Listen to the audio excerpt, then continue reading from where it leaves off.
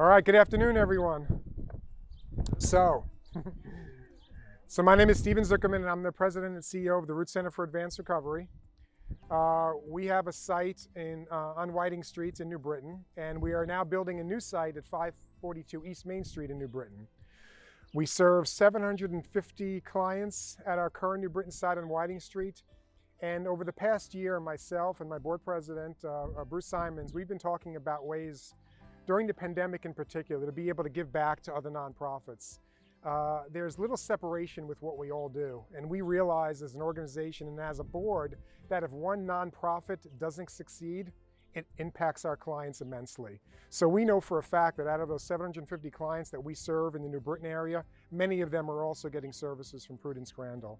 If Prudence Crandall wasn't here to provide them those services, we know it's not long before the difficulties they're having in their life from a domestic violence standpoint in other areas leads to use and relapse, and worse, potentially overdose and death. The state of Connecticut saw a 13% increase in overdose deaths in 2020 compared to 2019. We're all an important player in this process. And when we spoke to our supervisors, the various clinics, and Gabby is the supervisor over the New Britain Clinic, they let us know who should be the partner, who should be the organization that we should be looking to be able to support as another nonprofit.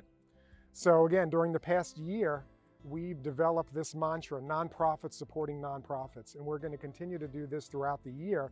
And I need the board support. This money does not come from operations. As a nonprofit, we don't have the money in operations. So this comes from the endowment. And again, it was really Bruce's incarnation to really proceed in this realm. And we're just so excited to be able to offer this donation to Prudence Crandall. I think for us, one of the catalysts was the article in the Hartford Current that came out in March, and it really got us to thinking about some of the almost dire straits in some respects that your organization was, meeting the increased significant demand that the pandemic put forth on your organization. So I want to pass this over to you, Barbara, and again, we're just so grateful to be able to be an organization that can do this. Steven, I'm Barbara Damon. I have the privilege of serving as Executive Director at Prudence Crandall Center, and I appreciate your kind words and sentiment. You know, a year ago, I don't think any of us could have imagined what we would have experienced in the last year, and that's certainly true for us at Prudence Crandall Center. And one of the things as I reflect on the last year that comes to mind for me is that, you know, it's that notion of survival of the fittest, right? And so it's not really just the strongest who survive, it's really those who are able to be resilient and adapt to the environment. And we have spent the last year doing just that at Prudence Crandall Center, adapting and switching and changing everything about everything that we do. As you all know, home is not a safe place for everyone. And victims of domestic violence and their children have been isolated at home with abusers in this pandemic time more than ever before. And we know, as Steve mentioned, I am so sorry. Oh my gosh, I'm looking at this audience of folks and thinking of each one of you. As Steve mentioned, you know, the co-occurrence of domestic violence and substance abuse is a concern. We know that people who are experiencing domestic violence can also experience substance abuse, mental health challenges, and it just makes things even more difficult.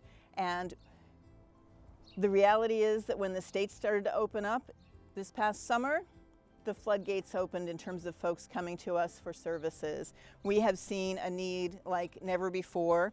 And, you know, it was not unusual for us prior to the pandemic to be full, have our emergency shelter full and in overflow. But this past year, we are not only full and using our overflow space, but we are adapting new spaces to overflow and using hotel rooms just to meet the surge in demand. People need to be kept safe. We needed to step up and do that. And we reached our high water mark just a couple of weeks ago with 55 people in a program that was built and funded to serve 22. So as you can imagine, the strain on our resources and our staff has been tremendous. Our staff, like Steven's staff, have been so resilient, have been there throughout, have been our frontline heroes 24/7 throughout the pandemic, making sure that people's needs are being met. We have incurred over $325,000 in unbudgeted, unforeseen costs due to the pandemic, to our response, to the additional services. And so we are incredibly grateful, because we could not be here today still providing services with a deficit of $325,000 if it wasn't for the support of the community. And our individual donors have stepped up in such amazingly generous ways. Our private foundation partners have filled in gaps for us, including the Pettit Family Foundation, a longtime supporter of Prudence Crandall Center. And the City of New Britain continues to be our cornerstone of support. Since 1973, when we were founded, they have been in the picture providing help and support to Prudence Crandall Center, and also gave us a special grant this year to do some facility upgrades that we needed to be able to keep folks safe from COVID. So I appreciate the city's support. I appreciate Mayor Stewart and her leadership in all of this. And then we have the Root Center for Advanced Recovery, who just out of the blue says, we can help too.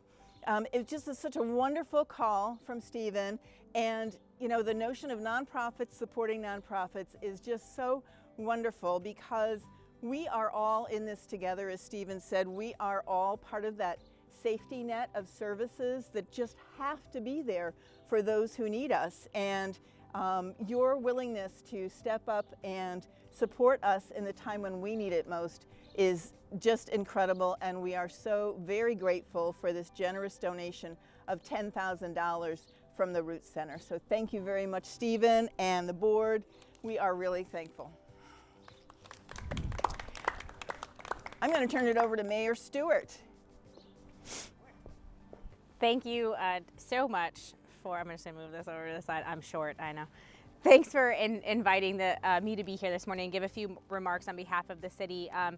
This is what true partnership looks like, and I think that's what makes me incredibly proud as a leader of this community. We have two amazing institutions that provide help to people in their time of need, and that provide help to people who need it the most. Both organizations are part of a consortium of nonprofit providers in town called New Britain Recovers. New Britain Recovers runs the gamut. It's more than just help with opioid addiction and drug and alcohol abuse. It's help when it comes to women who are suffering domestic violence, suffering homelessness. It's helping create a better environment for our children to grow up, and New Britain Recovers truly looks at the impact on the person as our city residents as a whole. And Mary Floyd is here today. She's been one of the administrators of our homeless program for many years in this city, and also a board member. Thanks, Mary, for being here today. I think just when you look at it on the face of it, you know, nonprofits supporting nonprofits is very rare and something that you don't see very often. But you have, you're recognizing the need in the community. Since the pandemic started, it's no secret, our domestic violence cases and response times and response logs from the New Britain Police Department have shot through the roof. And that's a sad reality that we're facing. And we see it in our Youth Bureau investigations. We're seeing it with the amount of family responses that we have to go to and these 911 calls that we get. And it is evident in the amount of need that's here at the Prudence Crandall Center and the shelter because of that. The pandemic has affected us in ways that, you know, we obviously couldn't prepare for, but now we're dealing with the after effects of that. Any donation is going to make a massive impact. We've been able to help our friends at Prudence Crandall by supporting them in any way that we can, with providing a lot of resources for building improvements and PPE and things to keep the people that are staying here safe. And we're looking forward to being partners with the Root Center for Recovery too, as they build a brand new facility in town. The City of New Britain prides itself on being able to provide this type of service and care for our residents when they need it the most. And we're really looking forward to being a hub for people to come, in a place where they know that they can get help, get better, and go on to live a fruitful life. And I just want to thank the Root Center and Prudence Crandall for everything you guys do for our community. Thank you. Representative Pettit. Hey, good afternoon, everybody. I know you all want to go play in the sun, so thank you for being here. Barbara was right.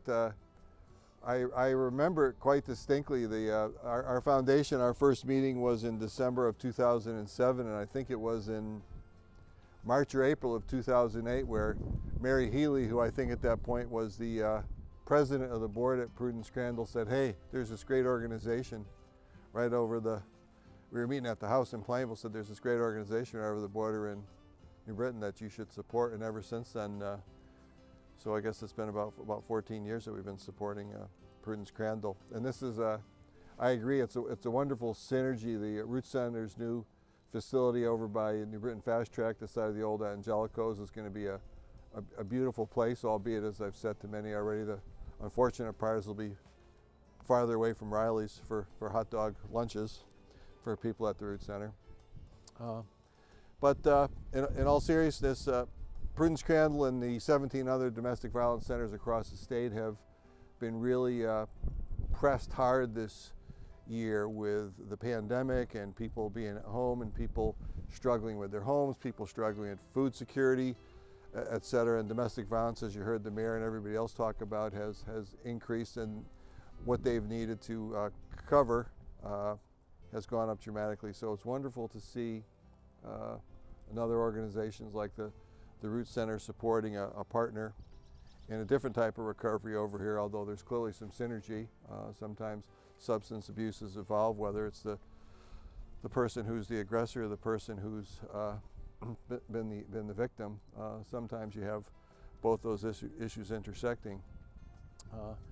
But I think it's nice, and I think that the mayor summed it up nicely, that the city has come together with many organizations supporting the work here. And you know, we usually end up with talking about, you know, I'm speaking to the choir here, and this is actually a small selection of the choir.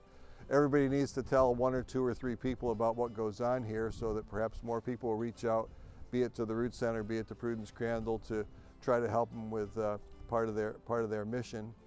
And it reminds me, the mayor and I, we were at the ceremony this morning for the Burincaneers, the Puerto Rican soldiers who have served in World War I, World War II, in the Korean conflict. And I was thinking about that, and it's much the same theme. Those folks from Puerto Rico had hope. They had hope for a better future for them and their kids, and they wanted things to get better, so they were willing to put their lives on the line for a country that segregated them and perhaps didn't treat them the way that they should have when they were putting their lives at risk for the freedoms that we all enjoyed. And I think the Root Center, Prudence Crandall, embody hope so that people can go forward and make a better future for themselves. So I think many of the things that we all try to do, I think, revolve around hope and kindness and love towards our fellow human beings to make the world a better place so that we can all survive and thrive. So thank you to the Root Center. Thank you to the mayor and the town. Mrs. Floyd, thank you for your work with the homeless, and for the staff and all the board members and volunteers. Thank you what you do to make the world a better place for everybody. So keep up the great work, Barbara.